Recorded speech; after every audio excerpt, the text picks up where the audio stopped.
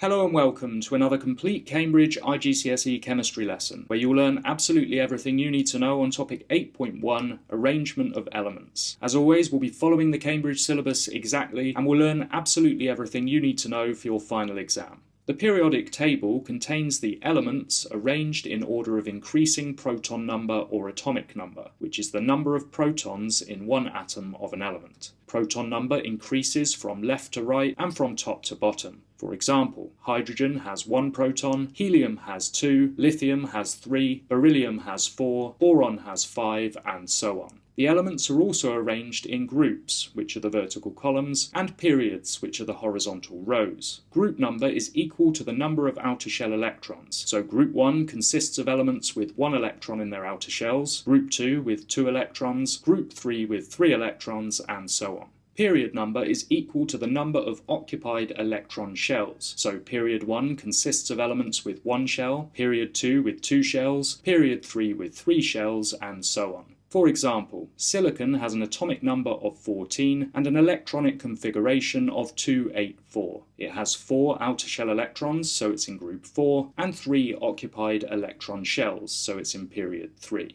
As you move from left to right across a period in the periodic table, metallic character decreases and non-metallic character increases. This trend occurs due to atoms more readily accepting electrons to fill their outer shells rather than losing them. With the exception of hydrogen, the elements to the left of the stepped line are metals, and the elements to the right of the line are non-metals. Ions are formed when atoms lose or gain electrons in order to achieve a full outer shell. A group or vertical column in the periodic table contains elements that have the same number of outer shell electrons. This means that all elements in that group form ions with the same charge. For example, group 1 elements have 1 outer shell electron, so they all lose 1 electron to form ions with a 1+ charge. Group 6 elements have 6 outer shell electrons, so they gain 2 electrons to form ions with a 2- charge. The group 8 elements, the noble gases, don't form ions as they already have a full outer shell.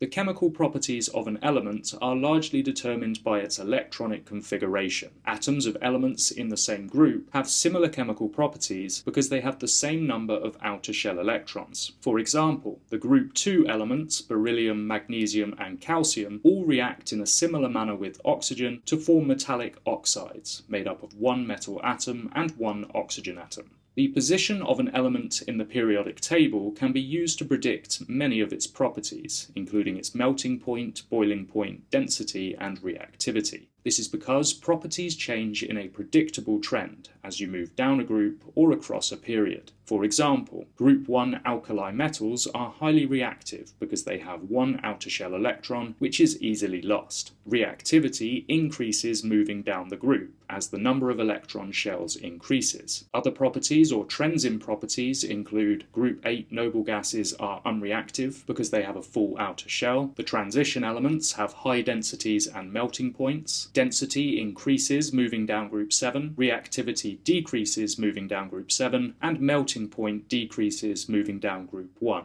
Such trends allow us to predict the physical and chemical properties of an element based only on its position in the periodic table. Finally, you need to identify trends in groups given information about the elements. For example, group 1 metals all react vigorously with water. When added to water, lithium fizzes and moves around on the surface, sodium fizzes more vigorously and dissolves faster, and potassium burns with a lilac flame. Given this information, we can deduce that reactivity increases moving down group 1. Well done, you've just covered absolutely everything you need to know on topic 8.1, Arrangement of Elements. If you have any questions, leave a comment down below, and I'll see you next time for topic 8.2, Group 1 Properties.